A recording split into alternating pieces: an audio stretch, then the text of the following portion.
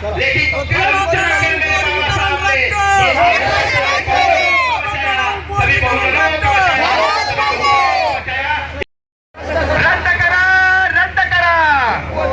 रद्द करा डॉक्टर बाबासाहेब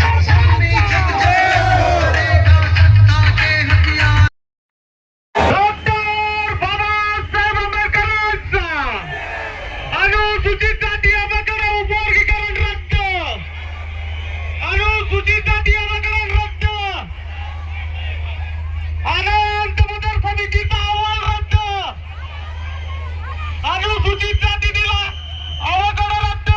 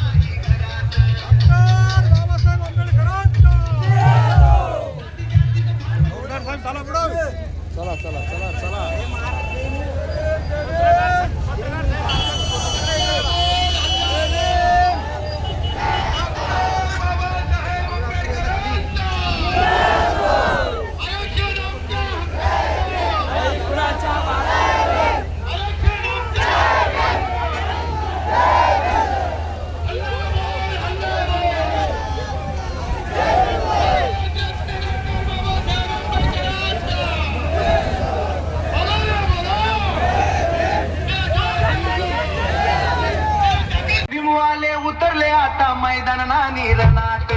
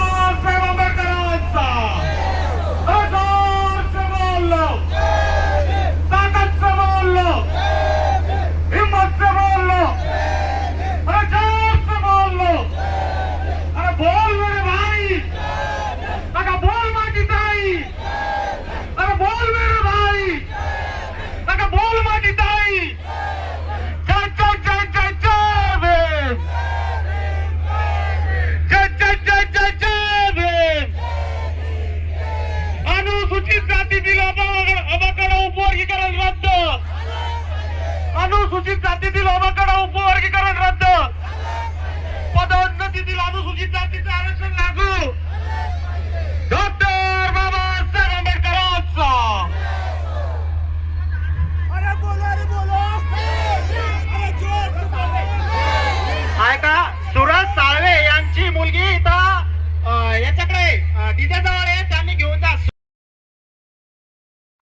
छत्रपती शिवाजी महाराज की, डॉक्टर बाबासाहेब आंबेडकरांचा, डॉक्टर बाबासाहेब आंबेडकरांचा अवघड वर्गीकरण रद्द.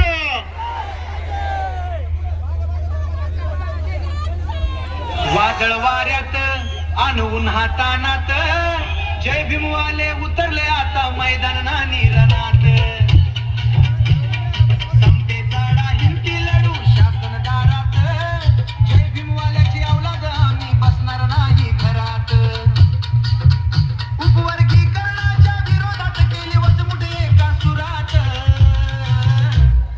वादळ वाऱ्यात आणून हातानात जय भीमवाले उतरले आता मैदान नानी रणात.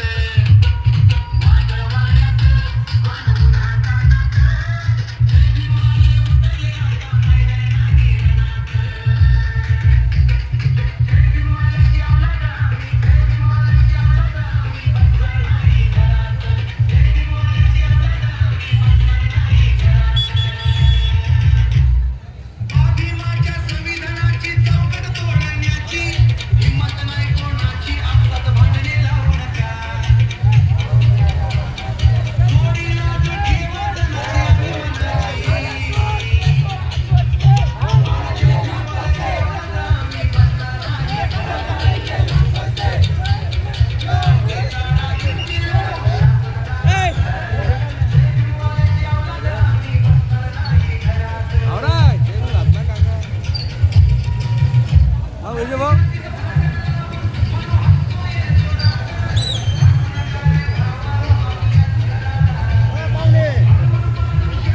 चला चला पुढे चला.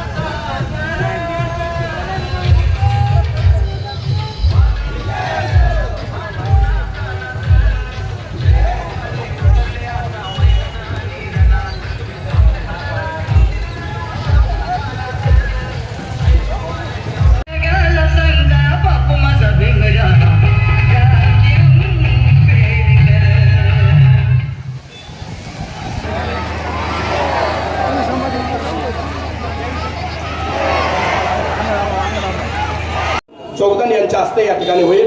मी त्यांना विनंती करतो आणि प्रभाकरजी साळवे यांनी सुद्धा वरती यायचं आहे. आपल्या हस्ते आदरणीय साहेबांचं या ठिकाणी स्वागत होईल. मी मागाशी उल्लेख केल्याप्रमाणे या मोर्चाचं नेतृत्व खऱ्या अर्थाने सर्व समाज करतो आहोत. कारण बाबासाहेबांच्या संदर्भात म्हणलं जातं की ज्ञान से आपने जुल्मों को जला दिया, कि ज्ञान से आपने जुल्मों को जला दिया, इंसान बनकर इंसान को मिला दिया.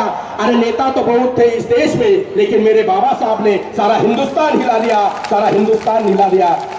आणि त्यांचे पायीक असणारे विचाराचा वारसा जपणारे आदरणीय इंजिनियर साहेबांचं या ठिकाणी स्वागत होत आहे. यानंतर स्वागत बाबासाहेबांनी सांगितलेलं होतं की आमचा समाज शिकला तर खऱ्या अर्थानं या समाजाला नवी दिशा देईल आणि समाजाला नवा दिशा देण्याचं काम जे करतायत डॉक्टर हानी सोनकांबळे सर MGM विद्यापीठामध्ये राज्यशास्त्र विभागाचे विभाग प्रमुख आहे आणि या संदर्भातलं उपजाती वर्गीकरणामधला अभ्यास त्यांचा सखोल आहे. त्यांचं स्वागत या ठिकाणी होणार आहे. सुखदेवजी वहाग यांना विनंती की आपण आपल्या वतीनं आमच्या सर्वांच्या वतीनं समता बाबासाहेबांनी चार ज्या महत्वाच्या संघटना उभ्या केल्या होत्या त्यामधील एक समता सैनिक दल, एका समता सैनिक दलासाठी महामोर्चाच्या वतीने सन्माननीय प्रशासनाला या जे निवेदन दिलं जाणार आहे या निवेदनाचा आपल्या मान्यवरांच्या हस्ते आणि आपलं उद्याचं भविष्य आहे. आपण आपल्यासाठी लढत नाही तर आपल्या भविष्यासाठी लढतोय. या भविष्याच्या हस्ते आपण हे निवेदन या ठिकाणी देणार आहोत. मी निवेदन या ठिकाणी वाचून दाखवतो आहे. ज्यातल्या प्रमुख 5 मागण्या आहेत आणि याचं अनुमोदन आपण या ठिकाणी करायचं आहे. मी निवेदन एकदा पुनश्च जोरदार टाळ्यांनी आपण या निवेदनाचं स्वागत करूया आणि प्रशासनाला या ठिकाणी खऱ्या अर्थानं नायक जय हे भारत भाग्य विधाता, पंजाब सिंध गुजरात मराठा द्राविड उत्कल बंगा, विंध्य हिमाचल यमुना गंगा उच्छल जलध तरंगा तव शुभ नामे जागे तव शुभ आशीष मागे गाहे तव जय गाथा जनगण मंगलदायक जय हे भारत भाग्य विधाता जय हे जय हे जय हे. कोण उपवर्गीकरण मागतंय आणि कोण विरोधामध्ये आहे. एक भाजपचा आमदार जे प्रामाणिक आंबेडकरवादी मातंग समाजातील आमचे बांधव आहेत. खरं तर आंबेडकरवादी म्हटल्यानंतर त्याला जात नसते, पण विशेष उल्लेख करावा लागतोय की जे आमचे मातंग बांधव जे खऱ्या अर्थाने आंबेडकरवादी आहेत त्यांना धमक्यासुद्धा दिल्या जात आहेत की तुम्ही बाबासाहेबांची आणि आरक्षणाची भूमिका मांडू नका. आणि तुम्हाला माहिती आहे की कोण आत्तापर्यंत ज्यांनी उपमुख्यमंत्री एकनाथ शिंदेंना बोलून कोणी मेळावा घेतला, कोणता पुण्याचा आमदार याच्यामध्ये वारंवार भांडणं लावण्याचे कामं करतोय. बीडच्या मोर्चाला भाजपने आणि भाजपच्या आमदारांनी किती पैसे दिले आणि हे पैसे देऊन त्यामध्ये बौद्ध समाजाच्या विरोधात इतर जातींच्या विरोधामध्ये जी गरळ ओकण्याचं काम चालू आहे ते कोण करतंय हा शोध पत्रकारितेचा विषय आहे. हा शोध खरं तर पत्रकारांनी घेतलं पाहिजे. स्टेजवर आरोप केला ना आरोप, पण समाजाला सत्य आहे, समाजाला सर्व माहिती आहे. सांगितलं ना आता समाज सुज्ञ आहे, समाज माहिती करून घेईल. थंड असा राग आहे, नाराजी आहे, दुःख आहे आणि उद्वेगसुद्धा आलेला आहे. सरकार ज्या पद्धतीनं छळतंय समस्त अनुसूचित जातीला त्याबद्दल प्रचंड आक्रोश आहे. उद्या 26 तारखेला आणि 30 तारखेला किती लोक येतील हे आम्ही सांगू शकणार नाही. जे आयोजन आम्ही केलेलं आहे आदरणीय आनंदराजी आंबेडकरांच्या मार्गदर्शनाखाली आणि लॉंग मार्च 26 तारखेचं नियोजन, समाज किती प्रमाणात त्याला प्रतिसाद देईल याची जबाबदारी कोण घेईल याच्याबद्दलही आम्हाला शंका आहे. कारण किती प्रमाणात लोक येतील हा खरा फार मोठा प्रश्न आहे. सरकारला धडकी भरेल एवढा तो जनसमुदाय असेल असं मला वाटतं. पण सर एकूणच या 10-12 वर्षाचा इतिहास पाहू गेला तर सरकारनं कोणत्याच संघटनेला कोणत्याच मोर्चाला आंदोलनाला भीक घातलं नाही. जर पुढे चालून जर उपवर्गीकरणाच्या विषयाला जर सरकारनं जर काय म्हणू आपण त्याला दखल घेतली नाही तर आपण काय करणार पुढे. सरकार झुकलं नाही असं म्हणणं चुकीचं राहिलं. आमचे आदरणीय मनोजदादा जरांगे पाटील यांनी मराठा आरक्षणासाठी जो मुद्दा उचलला होता त्याच्यामध्ये सरकार झुकलं बिन, वाकलं बिन, झोपलं बी, आमच्या भोकरदांच्या साहेबांच्या भाषेत सांगायचं म्हणलं. आणि आम्हाला दाद मिळेल का नाही मिळेल हा आमच्या समोरचा प्रश्न नाही आहे. आम्हाला जो मुद्दा लोकांपर्यंत न्यायचा होता त्याच्यात आम्ही यशस्वी झालेलो आहोत. समाज आज जागृत झालेला आहे आणि समाज आता मागे फिरून बघणार नाही.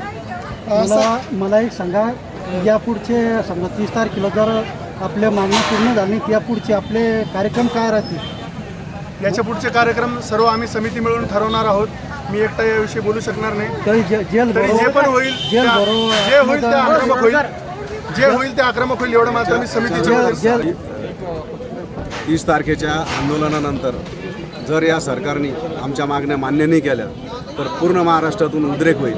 समाज हा रोडवर उतरेल आणि अनिश्चित काळासाठी महाराष्ट्र बंद होईल हे तेवढंच सत्य आहे. कारण की आम्ही लाँग मार्च जेव्हा प्रत्येक ज्या दिशेनं लाँग मार्च जातोय प्रत्येक गावामध्ये लाँग मार्चला प्रतिसाद मिळतो, समाज एकत्र येतोय आणि समाज एकत्र येऊन हा विचार होतोय. त्याच्यामुळे पूर्ण समाजामध्ये जागृती झालेली आहे आणि पूर्ण महाराष्ट्रातून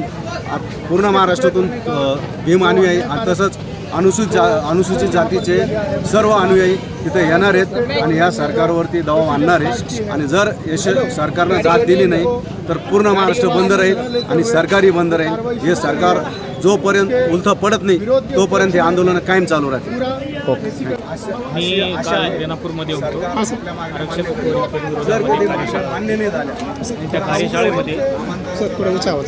त्या कार्यशाळेमध्ये मातंग समाजाचे बरेचसे लोक उपस्थित होते. मातंग समाजाचा नेहमीच पाठिंबा मिळत आलेला आहे आणि मातंग समाजामध्ये जे काही सुशिक्षित वर्ग आहे तो सुशिक्षित वर्ग हा आपल्यासोबत आहे. त्याच्यामुळं आरक्षणाच्या उपवर्गीकरणाची जी मागणी केलेली आहे ते काही मोजके लोक आहेत आणि तेच तुम्हाला रस्त्यावर दिसत आहे आणि ते सरकारमधले लोक आहेत. सरकारचे त्यांची पाठराखण करते ते लोक तिथे आहेत. त्याच्या व्यतिरिक्त कोणीही नाही. जवळपास 59 जातीमधले सगळे लोक बरेचसे लोक आपल्यासोबत आहेत आणि त्यांना आरक्षणाचं उपवर्गीकरण नको आहे. सर एका बाजूला मातंग समाजाचे काही नेते कार्यकर्ते पाहतोय आपण ते अतिशय खालच्या स्टेपला जाऊन बौद्ध समाज बांधवांना गलीच्या अशा भाषेत शिवीगाळ करताय. बौद्ध समाज बांधवांना काय संदेश द्या. या अनुषंगाने? हे बघा, ते जे विरोध करत आहेत किंवा खालच्या पातळीवर जात आहेत ते त्यांचं अज्ञान आहे. आणि माझं म्हणणं असं आहे की अज्ञानी लोकांच्या नादाला लागू नये. आपण जर खरे हुशार असाल तर तुम्हाला एक गोष्ट माहिती असेल कदाचित की असंच एक वेळेस जंगलामध्ये गाढवाचं आणि वाघाचं भांडण झालं. भांडणाचं कारण होतं की गवत हिरवं आहे का लाल आहे. त्याच्यामुळं गाढव म्हणत होता की गवत हे लाल आहे आणि वाघ म्हणत होता की गवत हे हिरवं आहे. हे भांडण जंगलाच्या राजाकडे गेलं आणि राजाने निर्णय देत असताना सांगितलं की गवत लाल आहे.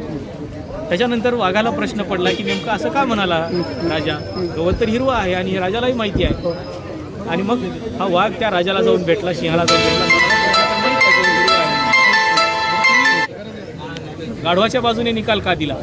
त्यावेळेस राजा असं म्हणाला त्याला की तुला माहिती आहे म्हणे ते गाढव आहे, तुला माहीत असताना देखील तू त्याच्या नादाला लागलास, हा तुझा गाढवपासून. त्याच्यामुळे आपण त्यांच्या नादाला लागायचं नाही. ते अज्ञानी लोक आहेत, ते गाढवपणा करतायत, म्हणून वाघानं गाढवाच्या नादाला लागू नये. त्याच्यामुळे त्यांना जे करायचं ते त्यांनी बिनधास्त करावं.